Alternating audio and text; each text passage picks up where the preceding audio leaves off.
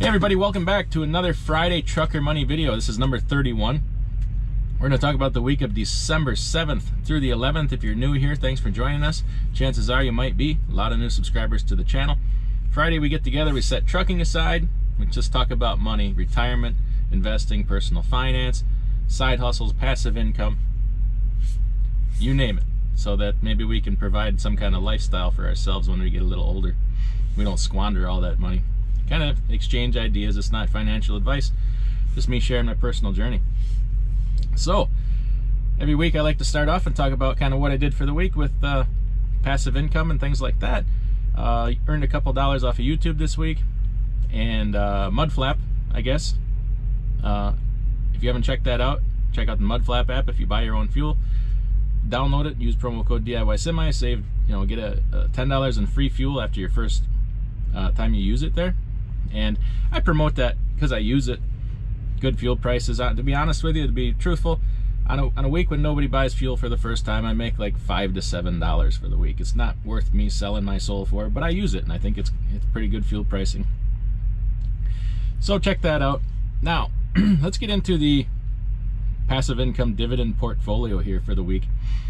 I told you December was my favorite month. This December is huge, so I got a lot to talk about here today.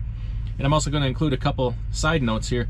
First side note, if you remember back in June, I said I was taking a little bit of a gamble and buying some MindMed, ticker symbol MMEDF. And it was a small purchase. I was perfectly willing to let it go to zero as I was to go high, and I just checked it again this morning. I'm up 870% in this position since June. So it was a gamble. I rolled the dice.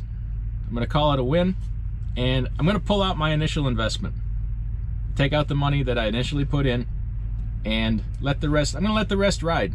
I feel like that's not really being greedy. I took a gamble. I won. I let it pay off, but I really believe this thing could go higher. I'm not going to put any new money in because I don't know. I still believe it could possibly go to zero. But I just want to give you an update on that. And a couple things here pertaining to the trucking industry. PACCAR, PACCAR, the company that makes engines for Kenworth and Peterbilt, they cut their dividend by 69.57%. I do not own the company. Just thought that was interesting because that's the industry we're in. And Casey's General Stores, been buying more and more fuel there. They got great fuel pricing through the MUDFLAP app, and they're clean, affordable, well-organized places. They could use more truck parking, but they're usually just small places. They raised their dividend by 6.25%. So I just thought that was interesting. Now, let's get into what pertains to me. We got some raises this week in the passive income portfolio, and we like that. We like to see that, getting a raise for doing nothing other than being a loyal shareholder. First one, I may have missed this last week. If I'm repeating myself, forgive me. Toronto Dominion raised their dividend 3.8% last Friday. I feel like I missed that. Maybe I didn't. Campbell's Soup Company raised their dividend 5.71%. Pfizer, this one I didn't expect because of the whole spin-off thing here recently. I didn't know they were going to raise their dividend too, but they raised it 2.63%. Bristol Myers Squibb raised their dividend 8.89%. And ticker symbol Realty Income, you hear me talk about them a lot, raised their dividend 0.21%. Small increase, but yet they continue to raise it several times a year. I want to start going negative on that company, but I just can't pull the trigger because this pandemic has raised holy hell with retail, shopping centers, movie theaters, several other industries they're exposed to. It's hit them hard, but they just keep making it through. I want to start being negative on the company, but I just can't. So I'm just going to continue on loving Realty Income. So who paid this week? IBM paid, Johnson & Johnson, Chevron, Archer Daniels Midland, Flowers Foods, ExxonMobil, and Southern Company. So we got 7 dividend payments from 7 different companies. We get a lot in December. It's a great month. And I bought some additional Johnson & Johnson, 3M, and General Mills. So that's kind of all that happened in the, it was a lot. There's a lot going on this week. But it's all good, it's all favorable. Now at the end of every year, I like to sit down and work on my theme for what it's gonna be the following year. So right now we're working on my theme for 2021. I like to sit down, step back, take a look at the really big picture of the world, politics, taxes, you know, political climates, things like that, and decide what my strategy is gonna be for the following year. So today we're working on my strategy for 2021. And my theme is going to be two things: deep value and extra safety, or more conservative.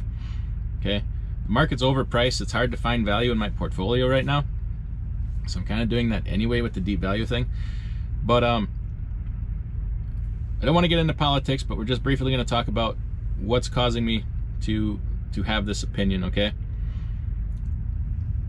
now when politicians talk and say what they're going to do, until they prove me otherwise, I'm kind of going to take them at their word. So if somebody comes to me and says, I'm going to repeal tax cuts, I'm going to raise marginal tax rates, I'm going to forgive massive amounts of student debt, and I'm going to possibly do increasing shutdowns and tighten restrictions, yada yada yada down the line, I'm going to do massive spending on these certain things, I'm going to believe it until they prove otherwise. Okay, so if they're telling me they're going to repeal the tax cuts and raise marginal tax rates, that has a huge effect on my life, my finance, my strategy. And I also understand how it'll affect the economy, especially when the economy is on as shaky ground as it is. Even thinking about these things put me in just a really bad mood, but I'm going to try and temper my emotions here because I don't like to do that here. Politics is for another channel, but the way it affects my money I got to talk about. So I had the thought, maybe I'll start another YouTube channel where I just scream at the camera about politics, and it'll never be monetized because it'll probably be laced with profanity, but I don't think we're gonna do that. I would lose my ever-loving mind. Okay, what does that mean to me? Well, number one, higher marginal tax rates. So that means higher taxes for everybody, okay? Not just the rich like they would have you believe, or not just the poor people or the middle class, it's for everybody. Now, one thing that a lot of people don't understand, that small businesses, now everybody said last time the tax cuts were for the rich, and that can't be farther from the truth. Okay, stop listening to them, start looking at the facts. The fact of the matter is we got something called QBI, Qualified Business Income Deduction. It was for small businesses. The cutoff was somewhere around $300,000 for the biggest bulk of it. You had to be below that, which is me and you, small businesses, owner operators. Okay, this QBI deduction for me last year was just the tax savings was in excess of $10,000. So if you're going to tell me next year I got to pay $10,000 more in taxes just based on that, plus higher marginal tax rates, I don't like that. Okay, and I also have a level of understanding that tells me what that's going to do to the economy, especially when small businesses are dying right now because of what we went through this year. Okay, restaurants and bars and different kinds of small businesses. So I understand that. Now, understanding that, what am I going to do? So I'm going conservative. I'm putting more money in my ETFs and mutual funds. I'm maybe looking at another rental property, and I'm going to put more money in my business and maybe expand my business. Those are things that I can control. Business and real estate, okay? And a lot of things I don't have so much control over. As far as the passive income portfolio, I made myself 3 lists. List number 1 is going to be the ultra conservatives in my portfolio that I want to buy, things that I think are necessary no matter what. They might crash, they might go down in value, but I don't see these things going away. All right, list number 2 is things I will buy when they are in somewhat value. They're somewhat conservative, and I will buy them when they're on sale, or if I feel like I need to put money somewhere else. And list number 3 will be everything else, okay, that I probably won't buy unless it's on very deep value. So list number 1 I made for myself is a lot of utilities in it. UGI, the gas company, like natural gas, not like gasoline. York Water Company, and you may hear me buy in the future here next year some more water utilities, because I got some strong beliefs on water and where water is going in this country, and we may fight wars over water in the future, and water is going to be a valuable commodity. So I'm trying to find some more ways to get into investing in water. Duke Energy, Southern Company, PPL utility, and then on this list too I put Johnson & Johnson and 3M because I just so strongly believe in those two companies. I can't imagine the world without those two companies. When you really sit and think about, you probably use both of those companies' products every day in some way, shape, or form. List number 2 is what I'll buy when they're on sale or I just need to put money in something else. Bristol Myers, Flowers Foods, Procter & Gamble, Archer Daniels Midland, General Mills, Unilever, and Stag Industrial, which is a real estate investment trust. That's kind of a play on Amazon. They own several Amazon properties and warehouses. I don't like Amazon, but I would enter it kind of in that roundabout way. And then Realty Income, ticker symbol O. Like I said, I want to go negative on this company, but I just can't bring myself to do it. They lost some tenants during this shutdown, movie theaters and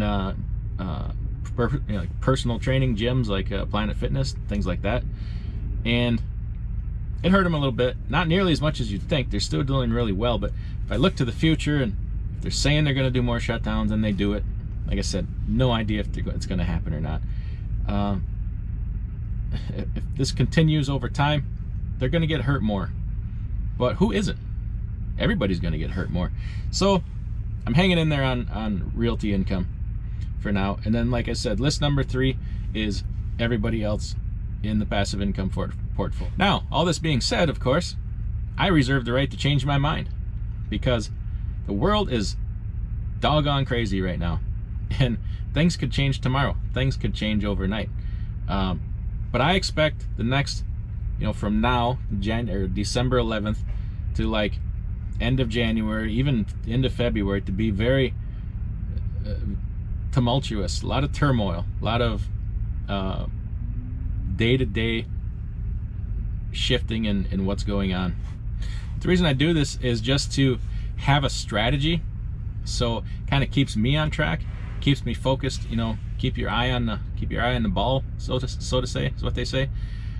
Gives me a goal to focus on rather than taking part in that. Today this, tomorrow that, oh this, oh that. Caught up in the next trend and hottest thing, and it's like our grandparents. They just stuck with it consistently over time. At a certain point, you got to block out the noise. So, because that's exactly what some of it is just noise. So anyway, if you like this kind of thing, make sure you hit that thumbs up button, subscribe, check out the other videos on the screen right now, and we will see you next week.